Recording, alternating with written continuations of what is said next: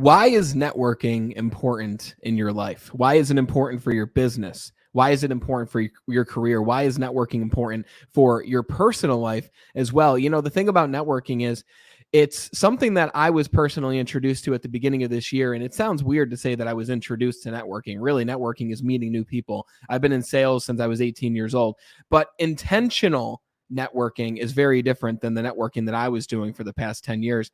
And when I was introduced to intentional networking, I met so many incredible people who have helped me. I've had the opportunity to help them. They've introduced me to more people that have helped me to grow my career, or even grow this podcast to meet interesting people to bring you. But networking itself can help you find the next move in your career. It can help you to make the next step in your business. Networking is so powerful. And today we're talking with someone, his name is Tallal Gondal, who's going to show you how you can turbocharge your networking. We're going to talk about the keys to successfully networking with super achievers, as well as what is the magic question that you can use when networking in order to get the best results and build a rock solid relationship. We'll be talking to Tallal here in a few seconds, but you know the fee for the show. The fee is to share this show with one person who could use this advice. Only if you took away value from this show. Share it with one person. You're the reason that this show has grown the way it has over the last 7 to 8 months, because you're part of the team. We need your help to share this. No ads, no sponsors. But without further ado, let's talk to our expert on turbocharged networking. He's actually the author of Turbocharged Networking, and his name is Tallal Gondal. And for those who don't know Tallal is the author of Turbocharged Networking, which shares the message that care, value, and service are the 3 key elements to building a human connection, which is critical to networking and in building long-term relationships. Tallal is a speaker with a mission to help people cultivate the mindset and the skill set to become world-class networkers. Tallal's super passions are building relationship equity, creating holistic success, and cultivating a savage mindset. I love that. Tallal is also a maths lecturer, very cool, a boxing coach, and he enjoys reading nonfiction and watching UFC. He loves going to the gym, driving fast cars, and has an unhealthy relationship with protein shakes. Tallal lives in England, United Kingdom, with his wife, 2 kids, and 2 cats. Tallal, it's great to talk to you from all the way across the world, brother. Brandon, I'm so excited to be here. Thank you so much for having me on. So I got to ask you, in the bio there, obviously fitness is really important to you, right? What role has fitness played in your business success, your personal success, anything? Like, how has it made a difference for you? So the thing we need to understand, Brandon, is that most of the time we're running around like headless chickens. We're trying to put out all the fires around us. We're trying to make things happen. We're trying to reach our goals. We're trying to solve the problems. We're trying to overcome our challenges. But the main thing is that in all those things, plus our personal relationships, our business relationships, our finances, careers, in any area of our life, the common denominator is us. Right?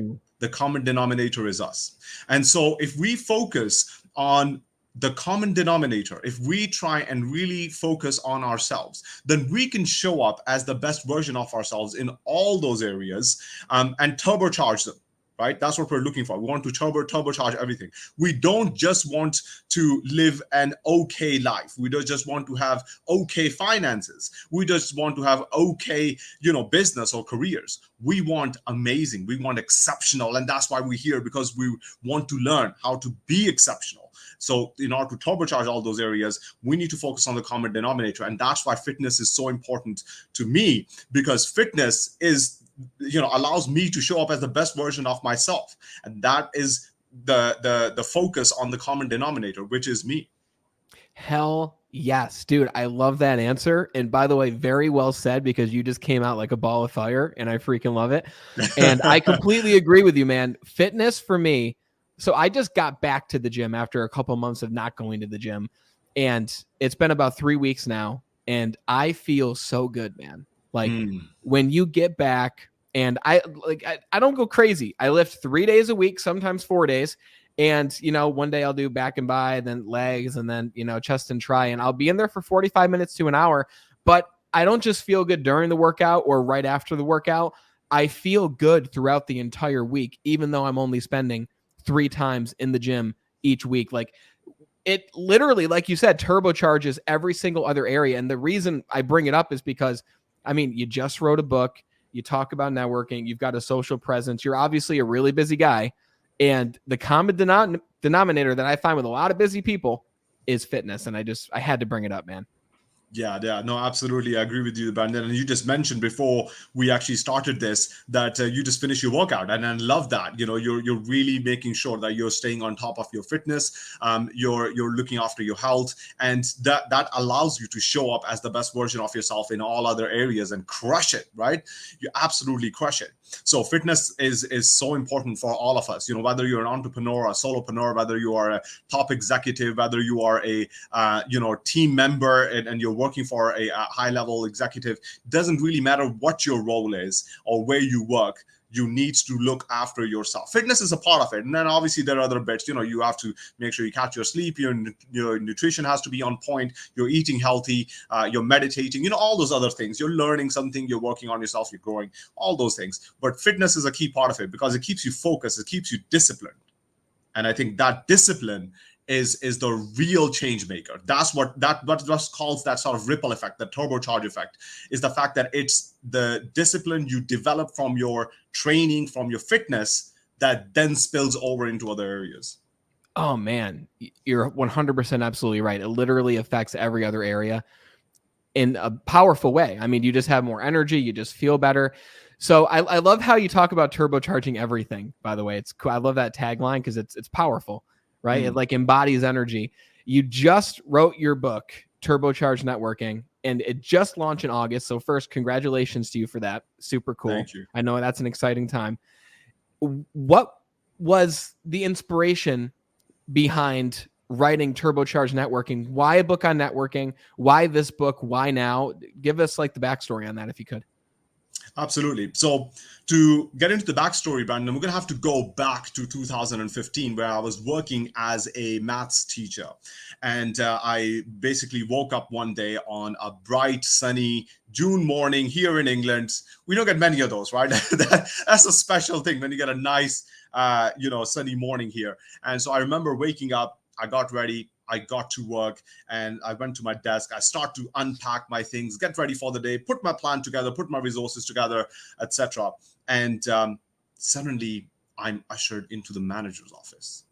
And I'm a little bit confused. I'm like, what's going on? I literally just got here.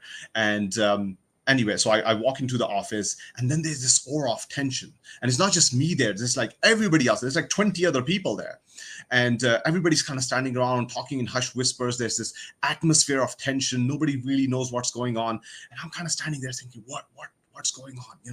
What could be happening that's so suspenseful and so there's so much tension around it. And we're just kind of catching up when suddenly 2 executives walk in, and they 72? say, sorry, no, How two, many? Two executives. I was like, two a lot of executives. Not 72, just two of them walk in, and they say, goodbye, we're shutting the whole place down, you've all lost your jobs. Wow. Damn. Yeah, just like, that's a punch to the gut, right, straight away. And obviously that's a moment of panic. That's a moment of stress. That's a moment of feeling lost and not knowing what to do. And you go through these whole like orgy of emotions, and you're just completely crushed and panicking and not sure and scared and angry and afraid. And it's you just don't even know how to process all of this. And that's what I experienced. And I'm wondering if people might have experienced this themselves in their lives, whether that's in their career, their job, their business, where suddenly you get some bad news and it's just like a punch to the gut, and you're just like, oh man, where do I go from here? What do I even do? How do I even handle this? And that's what I was feeling. And in that state, I reached out to the people I knew at the time, my friends and colleagues and whoever else were around me. And I told them, like, hey, just heard the news, lost my job, don't know what to do. Would love to get your advice. Would love to know what you're thinking. What should I do? And Brandon, the interesting thing is, they all pretty much gave me the same response. They all came back and they said, well, I'm really sorry to hear this. I'm sure things will be absolutely fine. Just, keep your chin up. Everything will be okay. You should apply for more jobs. And I was Yeah. like, well, thank you for the advice, but I'm pretty sure I could have worked that one out myself. What I was hoping was maybe you'll have, some connections. Maybe you'll introduce me to some people. Maybe you'll have access to some opportunities. Maybe you will say, hey, check this website out, or I'll, connect you with this person via an email, whatever, right? But none of them had that, and that was my first encounter with the idea, with this concept of the fact that the people around me have reached a certain level of success, but they don't have any answers that I need in that desperate state, in that desperate situation. They don't have access to the opportunities I need. They don't have connections that I might need. And I realized maybe I need to hang around different people. And that was my first encounter with this idea of networking, because, I've trained as an educator. I don't come from a sales background. I don't come from a business or an entrepreneurial background or a corporate background. I'm trained as an educator, right? You talk to me about fractions, I'll rock your world. But, apart from that, you talk about business and networking, and, I don't know much about it. So I decided to kind of, learn about this thing called networking. But, because it didn't come from that business or corporate or sales background, it kind of left me open to explore what this is. I just started reaching out and connecting with people. I joined some Facebook groups, kind of like personal development groups, started connecting with people, learning from them, finding out what they're up to. So they share some great advice with me. I thought, what, it would be pretty cool if I started to share these conversations with others, kind of like this podcast interview we're doing right now. If I shared these conversations with other people, surely they can benefit from these as well. So I started this YouTube channel where I started interviewing people.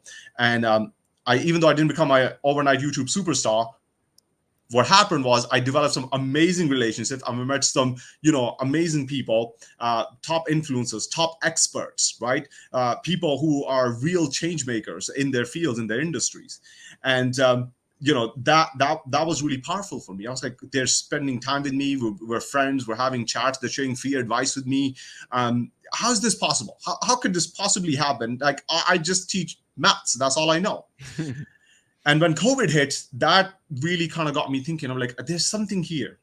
There's something here that I can share with other people, because I don't come from a business or sales background, but here I am connected with some of the most successful people in the world. Yeah. Right. And I have their access to their personal calendars. I have access to, being able to have conversations with them one-to-one, get their advice. And so this is pretty special. Maybe I can put it together in some sort of framework, something that I can share with other people. And that was the light bulb moment to say, hey, I think I need to write a book here. And that was the birth of Turbocharged Networking. Damn. What a story. I'm sure you didn't love it at the time, but I love how you discovered networking through necessity. You showed up and they said, sorry, Tallal, like, we're closing the place down. And I love how you said you weren't around the right people, right? And it's not like your friends were bad people, right? Maybe some of them were, but I'm assuming they weren't.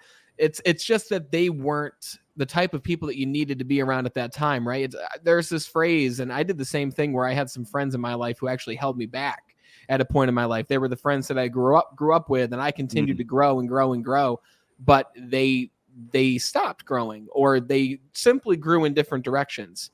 And there's like a phrase I heard that as you grow, you continue to upgrade your friends, right? You continue to upgrade your network. You continue to meet new people, gain new interests. And it's very interesting to hear how you did that during a time where you had to do it and you made it work. Like, now you are an author, you're sharing your insights with people, you've got your YouTube channel, you speak, you coach, you do all these cool things, but you were a math teacher before, right? So this is a very different world. Like, did you ever expect yourself to be where you are right now at this point? No way. No way.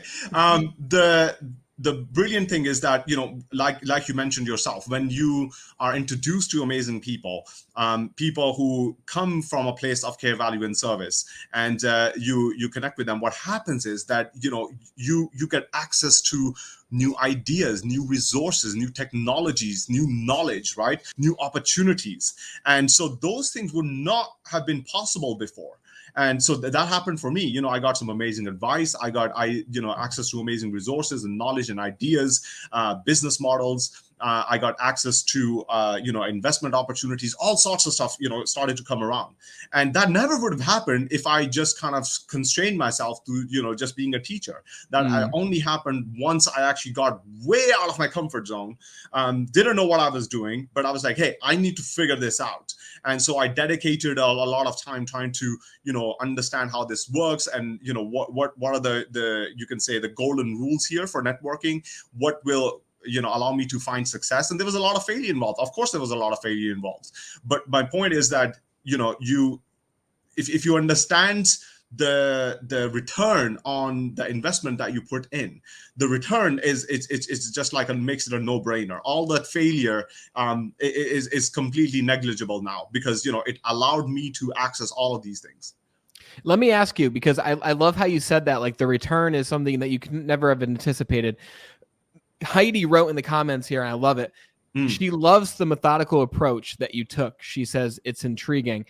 Now, you didn't think back then probably like, I'm going through this step-by-step specific system that you now understand when you look back and you can connect the dots. So if you could go back to Tallal when he was a math teacher and give him advice based on what you know now, or even go back to Tallal after you lost your job, what would you tell Tallal at that point? What would Tallal have done different if you could go back when it comes to networking? I think if I had to share some advice, I would say change nothing. Because like Heidi said, that methodical approach only came about after I encountered so much failure, after I worked out, oh, this doesn't work. And this is not how you do things. This is not how you say things. This is not how you approach somebody. This is not how you actually build a relationship. Once you figured out all the things that you can't do, you shouldn't do, that don't work, etc. Once you've encountered all of that failure and you still keep on moving forwards, then you can backtrack. Then you can look behind you and be just like, now I see the clear way forward. Okay, now I know how to navigate this. Like what didn't work that you discovered through trial and error that you see other people make the same mistake when it comes to networking? Were there specific big things that stuck out to you? Absolutely. Chasing numbers doesn't work. That's number one. Okay. Do not chase numbers. Don't try to be just like, I'm going to send 200 emails a day. I'm going to send 50 messages a day. I'm going to send, 40 DMs a day. Don't chase numbers. Numbers don't work. Okay. You might as well send, like, say, 2 messages in a day, but as long as you've taken the right approach, as long as you've taken the time to build the relationship, you've done your research, you're actually coming from a place of care, value, and service, which is I believe are the 3 key ideals to turbocharge your human connection and build those relationships and build your networking, build your whole network, then you will find success. Okay. Yeah. Those 2 relationships might be the 2 things that scale, that lead you to so much more opportunities, give you those warm leads that you're looking for, lead to those big sales, big accounts, big clients that you're trying to land, whatever it is. Just those 2 messages. But taking the time to craft those messages, really looking into it, really putting, your soul and heart into it, really showing that you want to invest in building that relationship, coming from a place of care, value, and service. It's so important. And that's one of the things I definitely discovered. Don't chase numbers. Numbers. I got to stop you there. And by the way, I find that fascinating because you're a math guy, right? But you're saying don't talk numbers. So care, value, and service. So let's look at this from a standpoint of someone who's in outbound sales, because I'm a sales guy. I grew up in sales. So it's funny because I hear people say, it's all about the activity. Just, if you shoot 200 emails out, you shoot 200 messages, you're bound to get 1 or 2 as a reply, right? But then you're saying, don't go after the numbers. Instead, carefully craft a message that comes from a place of care, value, and service, and see where it goes from there, right? But I'm going to play devil's advocate. Let's say I spend an hour researching on somebody, researching something that I can include in the message that is of caring, of service, of value, but they never open the message. And now I've spent an hour crafting a message to John, who's never even going to open it because John gets 100 of these types of messages. Like, isn't that not the best use of time is my question. So, Brandon, 2 things. Number 1 is, like you say, you send 200 messages and, you might get 2 responses back because that's the numbers game, right? Okay. So that was my point too. You might as well just send 2 messages. So what's the point of the other 198? Yeah. No, right? absolutely. You're Yeah, burning through a lot for sure. you're But burning through a lot. The second thing is that when it comes to crafting the message, listen, crafting the message is just one part of it. You need to have a plan in place. You need to have a strategy in place. What's your follow through strategy, right? You really want to show you want to invest in that relationship. You really want to land that client. But that means that you really need to show that you will care for them. You want to add value to them. You want to give service to them, right? Okay. And if you really focus on that, then you need to put together a process. You need to put together, a structure in place that allows you to do that. So sending the message might be the first step. Did you leave them a voicemail? Did you follow up with a letter? Did you send them a card? Did you send them a gift? Right? Did you try and contact their office and send them some link to an article or some other resource that they might benefit from? Did you try to make an introduction? What is your follow-through strategy? You cannot just rely on one message and hope that it works. You cannot hope for things to work. Relationships are not built on just guessing or hoping or trying to in a way put things out there and hope something sticks. If you want to build the relationships, that's intentional. wow, That's very much like dating, right? When you're dating somebody, right, it's not random thing. You can't just like randomly walk out and just like, oh yeah, I'm sure I'll land somebody, right? I'll end up with somebody. This will be fine. By Valentine's Day, it'll all be sorted. You can't do that, right? Nobody would do that. Actually, matter of fact, you would think that if you're trying to date 200 people in one day, that's madness. That's madness. You won't try and date 200 people in one day, right? yeah, And so this is what I'm saying. Your focus, when you focus on the numbers, then that's all it is. People are just numbers to you. They're not people anymore. So how can you build a relationship with numbers? wow, Right? They're fleeting things. But when you focus on people, people are made of so much more. People are made of hopes and dreams. People are made of ambitions and all the times that when they cried, all the times when they were happy, all the times where they were lied to, all the people where when they were cheated, all the times where they were disappointed and felt lost and hopeless and didn't know what to do. People are made up of so much more. You can't just treat them as numbers. And I think that's the main message behind my book. It's care, value, and service, right? It's those three things: care, value, and service. And your focus is on human connection, because when you focus on care, value, and service, you're building a human connection. And how can you possibly connect with somebody on any level, at any capacity, if you don't first connect with them at a human level? yeah, Right? I think in a way that's actually cheating them, isn't it? You just want to get a sale out of them. You just want their money. You just want their credit card details. You're not actually building a connection with them. You're not being authentic and saying, hey, I'm here to find out what I can do to serve you, how I can add value to you. Okay. And I genuinely care about you. I'm not just here, as somebody who's going to, take your credit card details and then disappear. Right? This is not a one-time thing. I mean, that's why I use the dating analogy. I mean, is that what happens on a date?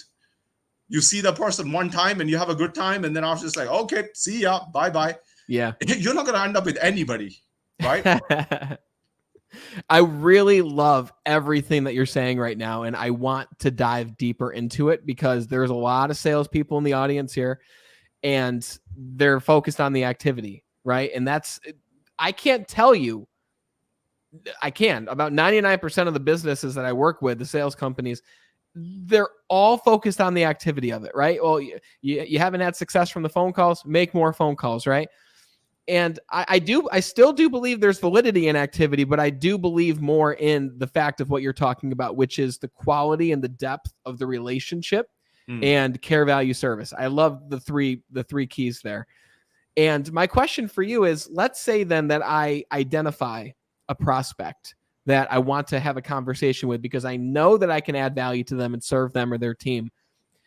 When it comes to the turbocharged networking principles, what process would you follow to connect with this individual who doesn't know you yet, because you know that you can add value to them? What could you kind of guide me through what that funnel might look like? Sure. So like I said, there has to be a process in place, right? It has to be, there needs to be stages behind it. You can't just do one thing. You can't just send out, an email message and hope that it works. You can't just send out, a voicemail and hope that they will listen to it and respond back. You need to have a follow-up process. So that's the first thing that we need to recognize, that it's not a one-step thing. You need to have multiple steps behind it to be able to execute it perfectly. The second thing is, you don't just want to reach out to anybody. What I would say is, if you're going to reach out to somebody, you really want to make sure that they are a good fit, and possibly they are your ideal client, they're your dream client. So maybe the step is, we need to take a step back and make sure that we have the list of our dream clients, our ideal clients. We're not just randomly hoping that it will work out. Again, we're being intentional, we're being purposeful, and we're targeting the people who we genuinely can add value to, right? Who we genuinely can help, and they would be the ideal customer, right? Maybe they don't see it yet because we're not in front of them, but they would be the ideal customer. They fit the profile, right? Yeah. So once we've done that, then we need to make sure that we have a process in place. So it could be the fact that, and this is something that I believe in. I genuinely believe that if you want to connect with your ideal customers, you don't necessarily want to do it on like a one-to-one basis. You want to actually bring them all together in one place and connect with all of them. Wow. Right? Tell me more about that. How do you bring them all together in one place when you haven't even had a one-on-one yet? Yeah, sure. So what you want to do is, first of all, you want to maybe find out what sort of like niche, what sector, what field, what exactly they're working in. Okay. Then what you want to do is, you want to do some research around it. What we know is that a lot of times business owners, business people, clients, whatever, they're too busy running from the day-to-day stuff. They don't have time to sit down and actually research their sector or their niche or their field or their industry and find out what's happening in the wider sense, right? They're just dealing with what's in front of them. And so if you do the research for them, you actually put together almost like a presentation, an educational presentation for them that shows the latest research, that shows the latest trends. And then you want to actually see how your product, your service, or your solution fits in with that, right? Got it. And then you reach their out. problem. Yeah, exactly. How it solves their problem. And then you reach out to, say, 50, there are 50 people on your list, or 100 people on your list, or whatever it is. You've identified that list previously, right? You reach out to them, and that is, you might start off by sending an email. Then you follow that up with a letter. Then you follow that up with a phone call, and then you leave a message, and then you follow that up with another message, etc. So you need to have that process in place, so they get that information, they get that invite to say, hey, we are bringing together everybody in this field or in this niche or in this industry. Okay, we're bringing all of these people together in one place because we have the best, latest, most recent research and the best solutions for you around what are the issues in that industry. And you want to phrase it as in just like, you want to give it a title that is catchy. So, the let's say, the 5 main reasons that, fill in the blank niche is failing in 2021, or is going to fail in 2022. You want to have a catchy title. You want to reach out to the decision makers. You want to get them to, have that information in front of them, and just like, hey, I've just sent you that email. Okay. I'm calling you now, or I'm sending this letter, I'm sending this note, and I'm letting you know that this information is there. We're going to hold this thing, on these dates and these, sort of times. What works for you? Okay. Yeah. Bring in the decision makers. When the decision makers are there, you can then present that information, keep it short, keep it concise, but most importantly, make it valuable, make it count, right? Make it count. And once they see the latest research you have done for them, when they see the latest trends that you have identified for them, when you're seeing like what are the top experts are actually saying about the future, and you've done all of this for them, and you're giving to them for absolutely free, but at the back end of it, you just say, well, actually, we have something in place that can help you with these issues that are identified by the top experts, the top thought leaders, the top influencers in the industry. This research is backed up here, and we have the perfect solution that fits in all of these things. Now, if you're interested, we can obviously talk more. Wow. Right? That, I feel, is the best way to get your dream clients, get in front of them, make sure that you follow through strongly. And obviously it's not like a sleazy sales pitch where you're sending 200 messages that I hope somebody opens and works. It's very, very focused, very, very intentional. And you're leading with care, value, and service, saying, look, I genuinely care for you. This is why I've done the research. This is why I've put together this presentation. This is why I'm bringing all of you together to share this message with you. Now, the cool thing is it creates a sense of urgency, because all the people in the same sort of niche, same sort of field are there, and just like, oh, so John is talking to him, I better talk to him too. Or, he's bought their service, I better do that too, because otherwise they're going to be ahead of me. They have that solution, which I don't. So you create the sense of urgency. You actually make sure that they see there's a little bit of competition as well. You introduce a little bit of competition, but it's healthy competition. You genuinely want to serve these guys. It's not something like, you're trying to just steal their money and then walk out and then, never speak to them again. You've done all this research for them. You've done all of this presentation and given your time and to them for free. But on the back end of it, you're using your service, your product, or your solution as the perfect cure. Wow.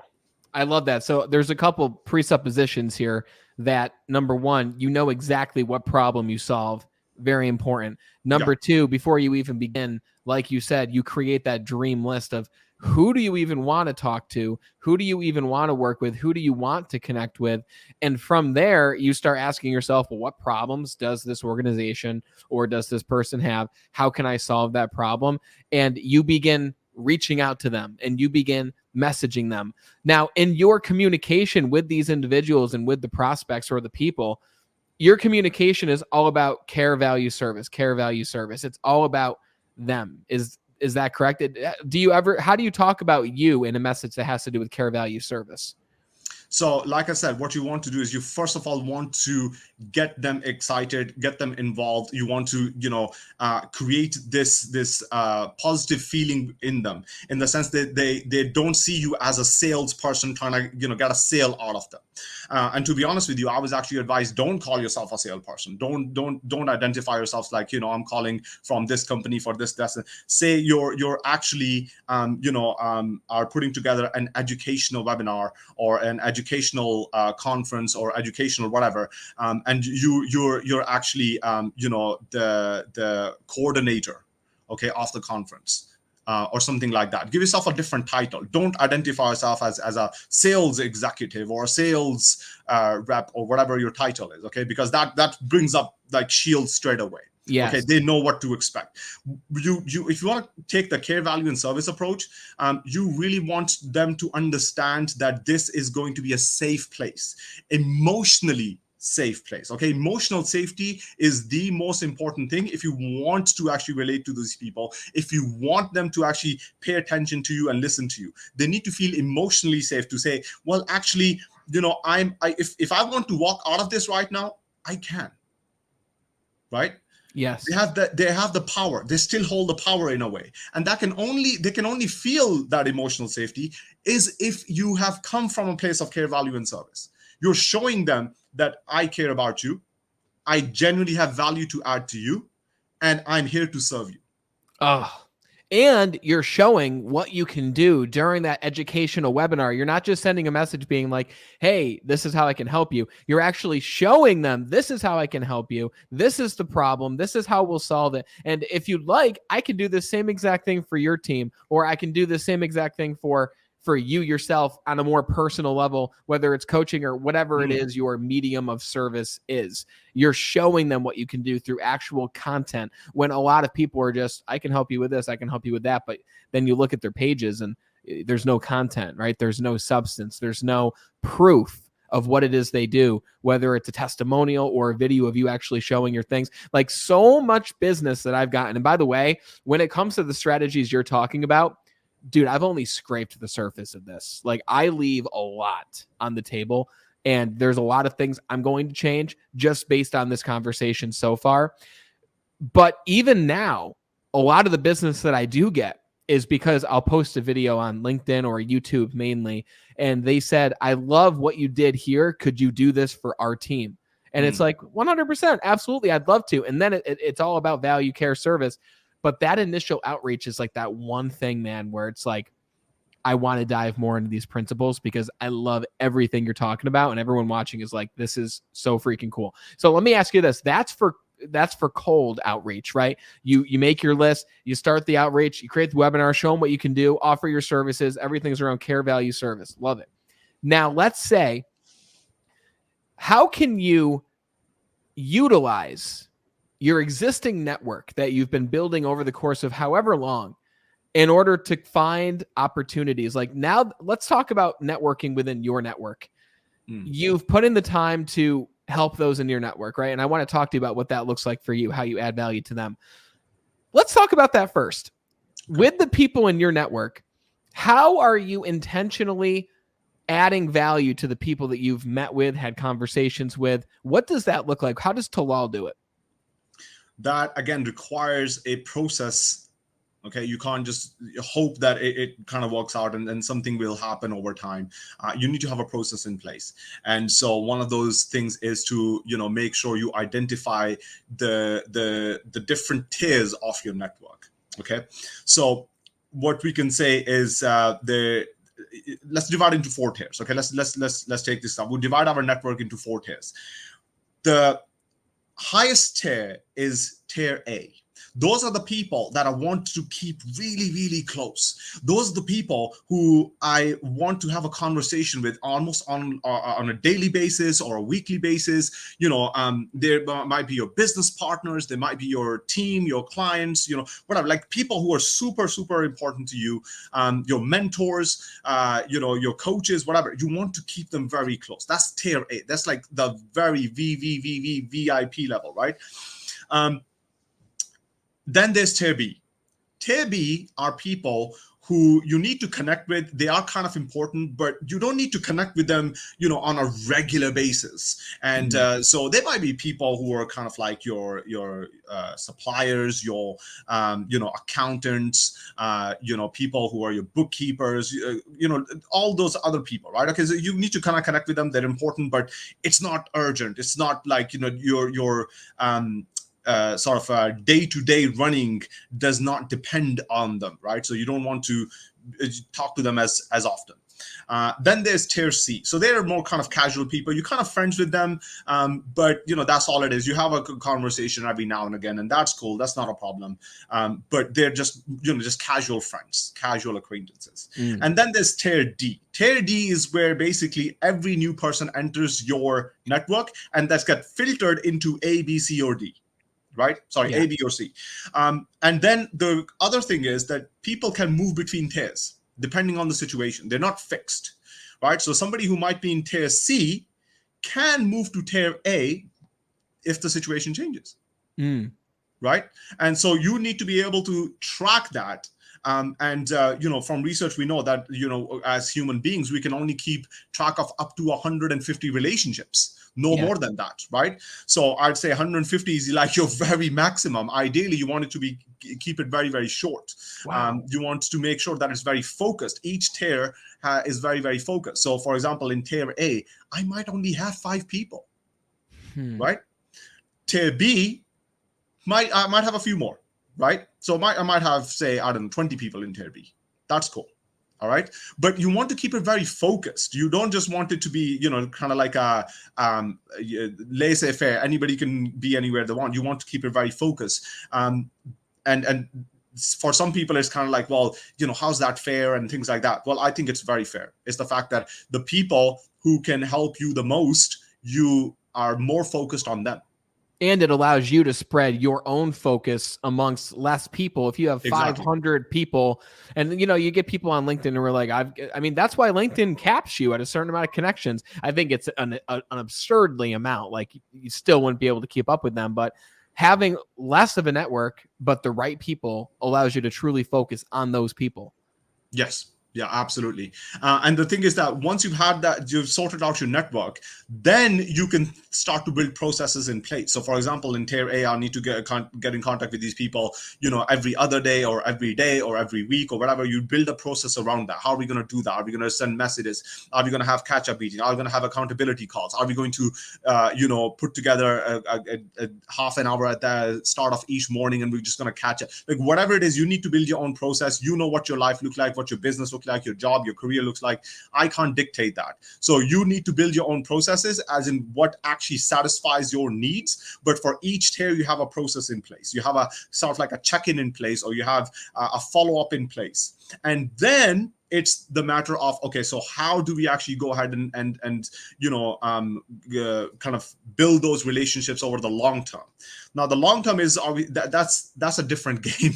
That's an entirely different game, and that requires you to make sure that you're up to date with what's going on in their lives. The minimum, what I would say, is you want to know, where they're at. So you almost have a check-in with them every now and again to find out what's happening in their world. So if they're casual acquaintances in tier C, then what process have you put into place to find out what's happening in their world? Like what happened to their child's drama audition that they were trying to get into, or what happened with the client that they were struggling with, and they couldn't get the sale or whatever. So have you put something there in place? I mean, you don't have to, for example, sit there and send long messages and write essays and things like that. And that's what I want to ask you, because like it comes down to time now, right? You got 150 people. Even if you're like, it's hard to hop on a video call even like once every month, because if you're doing that with everyone, all of a sudden your days are full of simply meetings. And yes, there is a result, right? You help them, and obviously everything comes back around.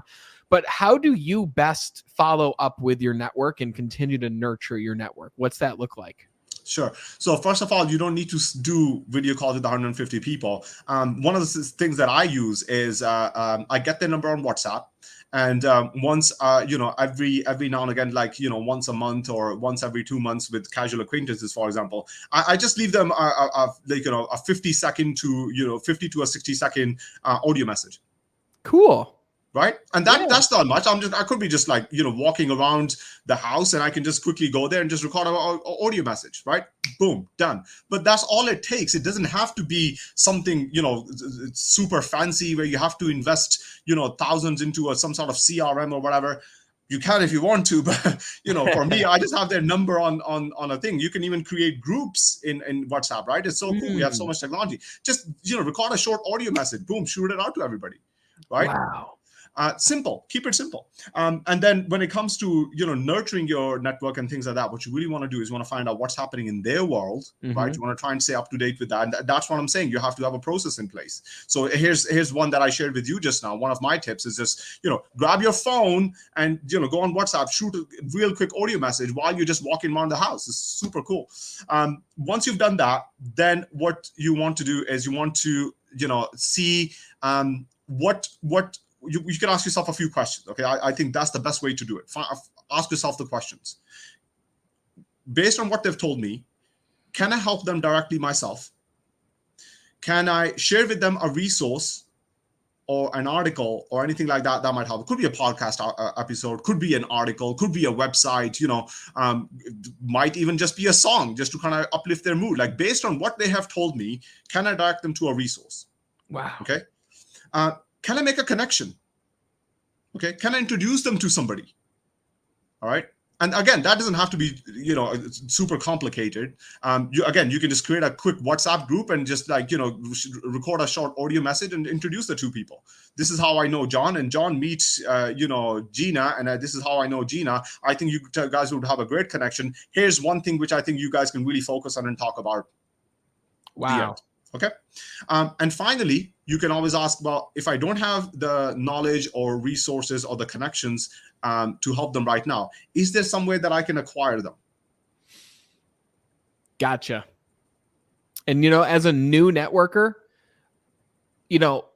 like, I meet people. Like, I know this individual who I want to introduce you to. Are you familiar with Frank Agan? Have you met Frank Agan? Yeah. I know Frank Agan. Yeah. I was going to say, he's like, I call him the godfather of networking. This guy is like absolutely incredible. I'd put him in my tier A. Like, he is a mentor to me, even though we don't talk often.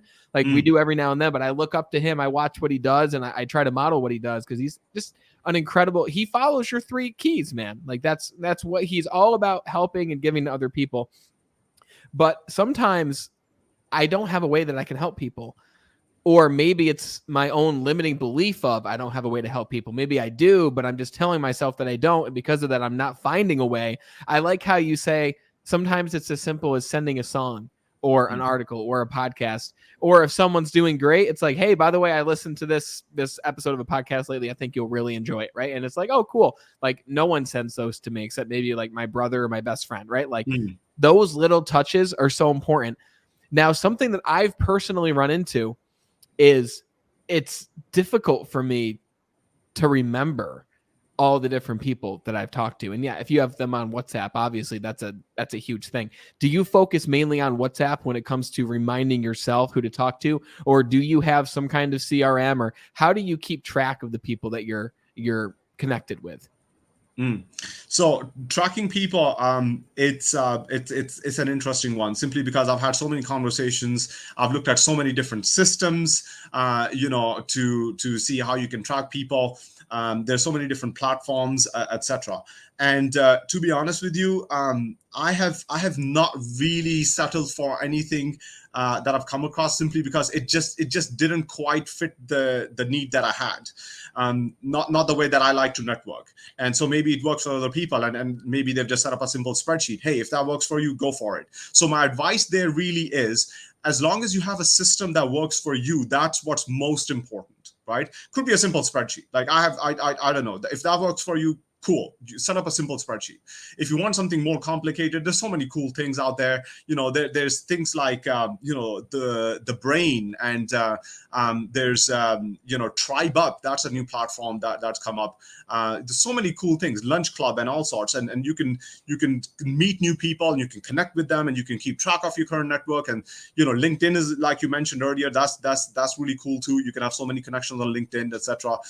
You can set it up on your end however you want it to. But my point is that you need to have something that kind of works for you. I have connections all over the place. So it's difficult to, first of all, put them together in one place. And secondly, I haven't really come across that satisfies my need and the way that I want to do it. So for me, what I do is just make sure that, I have regular check-ins on different places. So I have a regular check-in on LinkedIn, regular check-in on WhatsApp, regular check-in over here, etc. And I reach out to people, and then most of the time it's just like, that's all I do. I just shoot an audio message. Even on LinkedIn, I just send them an audio message, just record an audio message. That's it, done. Which is actually quite cool, because most people don't do that. They don't record an audio message or a video message. They just type it up. So it's actually quite cool for the other person, because it's easier for them as well. They might be like, walking around between two different meetings, and they can just listen to it, right? Yes. They might be, I don't know, washing the dishes, and they can still listen to your message, right, and respond to it. So I just quite like sending audio message, or just like a real short, quick video, 30 seconds, just like, hey man, how you doing? Just, was really thinking of you, and was excited to know what's happening in your world. And I love to connect sometime. What's a good time for you if you want to have a quick chat? That's it. Just a quick short message. Doesn't have to be something special. But my point is, as long as you have something that works for you, that's important. I just want to say, absolutely incredible advice. We've covered so many different things in the course of 40 minutes. And I think that's because we're both insanely fast talkers, which is cool. But everyone listening, like, literally rewind and listen to these things over. I know I'm going to re-listen to this. I don't re-listen to many episodes. I'm going to re-listen to this one and actually take more notes. Like, this is my second page of notes that I've been taking throughout this time. For those listening, it's 2 pages of notes. So this has been super helpful for me. Now that we are nurturing this audience, and that's one takeaway that I'm taking from this. I don't spend a lot of time nurturing the audience. There's people like someone who's watching right now, Joseph Gonzalez, who we talk frequently because he makes a great effort to reach out to people. He's a master nurturer of his audience, and he makes you feel like you're the only person he's thinking of when he reaches out. But I'm sure there's a lot of other people he's messaging and reaching out to as well. And I love the idea of an audio message. It's personal. I use it with my clients. I don't often use them all the time when nurturing my audience because I don't do a lot of that, right? So what is this magic question that you have when it comes to networking that you ask people that just allows you to build that human connection? What is that question you ask people? I saw you wrote it somewhere. Yes, it's actually included in my book because I think that the magic question is really, really powerful. And once again, the focus of the magic question is on building the human connection. And it comes from a place of care, value, and service. So it's all those core ideals that I truly believe in. It's all those core ideals that my book is all about. That's the main message behind my book, right? The human connection and the core ideals of care, value, and service, and building and nurturing those relationships. And so the magic question that we can ask anyone, okay, it's very simple. And all it is, Brandon, what is your main focus right now and where do you need help? Okay.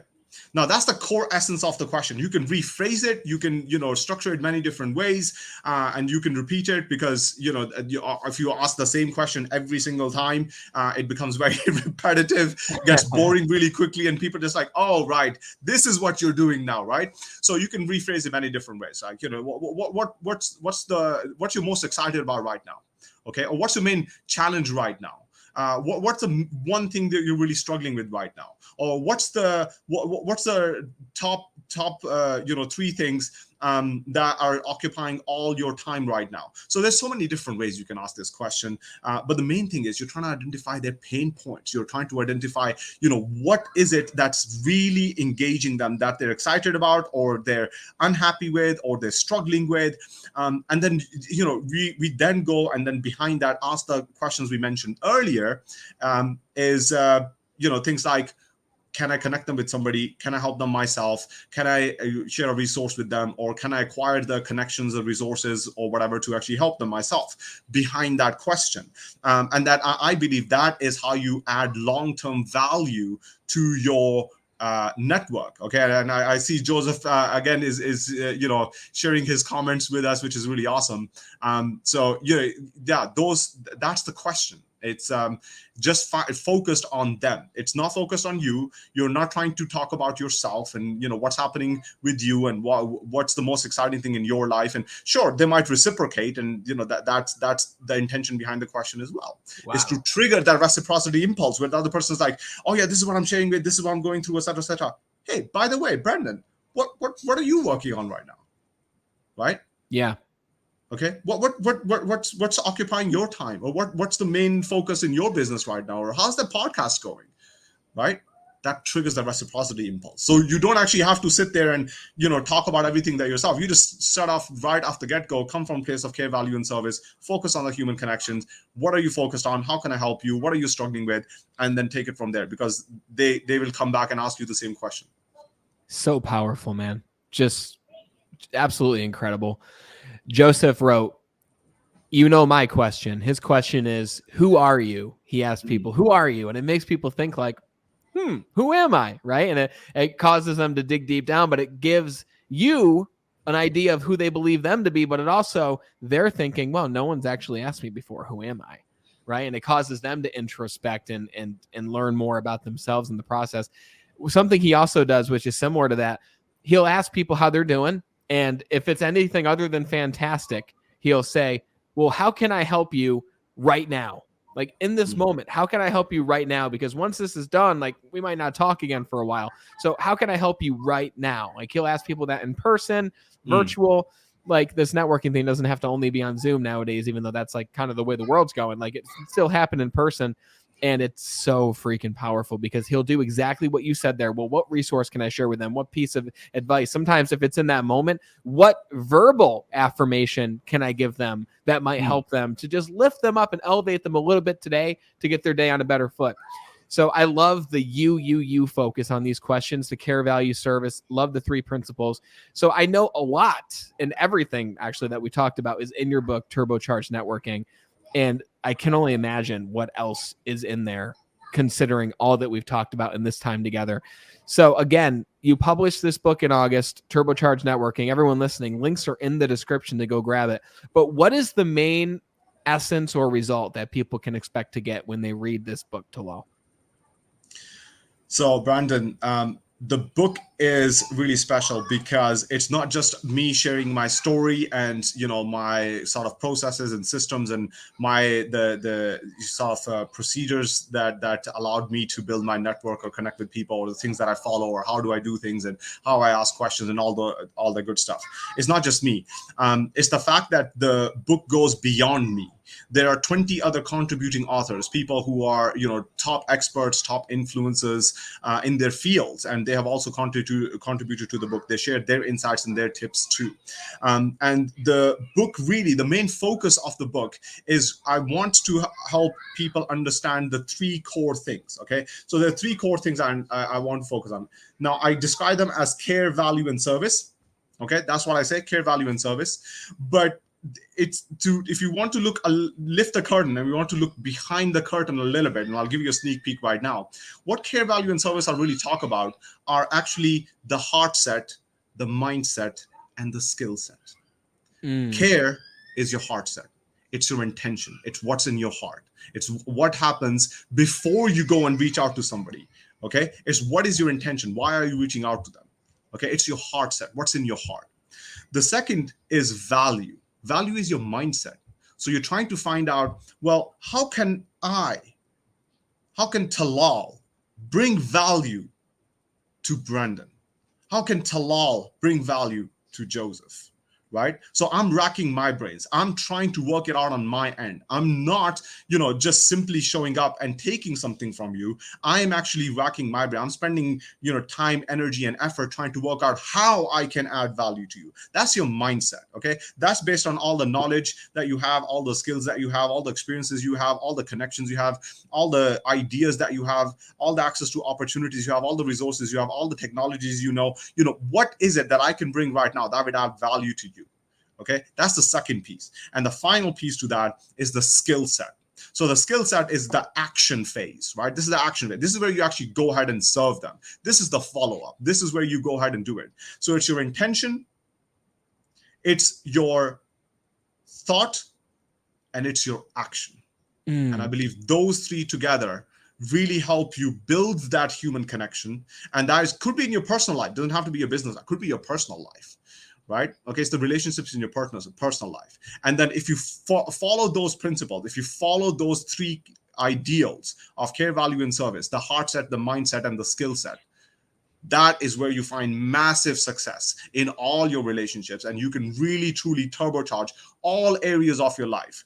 Because my book is not just focused on building business or sales or getting more clients. It's about, well, what areas of your life right now need to be turbocharged? What areas need accelerating? And so let's focus on our networking so we can really connect with the right people to help you turbocharge those areas of your life. And so I call them the 7 circles of life. And I'll mention a few of them. They could be your personal life, your financial life, your spiritual life, your health and fitness. So, it's the circles of life. Is any area of your life you want to turbocharge, you need to connect with the right people. Because I believe that any problem that you have and any goal that you're trying to achieve, okay, it only requires one thing. Okay, so any problem that you have is a people problem. You're missing a key person in your life. And any challenge that you have is a people challenge. It's the fact that you do not know the right person. Because if you did, you won't have that challenge. And that's the real core message of my book. And this is what people can hope to gain by reading my book. Wow. First, I just have to commend you, man, for your communication skills, because you're one hell of an orator, man. Love your energy. I love the way that you present your ideas. It's been presented throughout this conversation. I talked to a lot of people, and this is the talk where I actually took the most notes. A combination of value, a combination of motivation, of inspiration. And the biggest thing, guys, is now take this and use it and put it into action. Tallal, it was an incredible experience chatting with you. Everyone, links are in the description to go grab Tallal's book. Where's the best place to connect with you on social media, Tallal, for those listening? So, Brandon, the best place for people to connect with me is actually on LinkedIn. That's where I hang out. And so if people want to find me on LinkedIn, that'll be really easy, because as far as I know, there's only one Tallal Gondal. So if they type in my name, Tallal Gondal, I'm sure they'll find me on LinkedIn straight away. And that's probably the best way to connect with me. And I love to hang around, connect with people, connect with and find out, what's actually going on in their life, and most importantly, how I can serve them.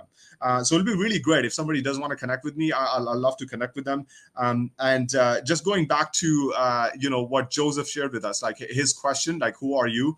I have a similar question, and that I share with people as well. So I'll share it with you because just because Joseph mentioned it, so I thought I'll share mine.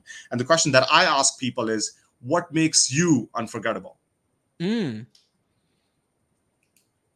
What makes you unforgettable? Love that.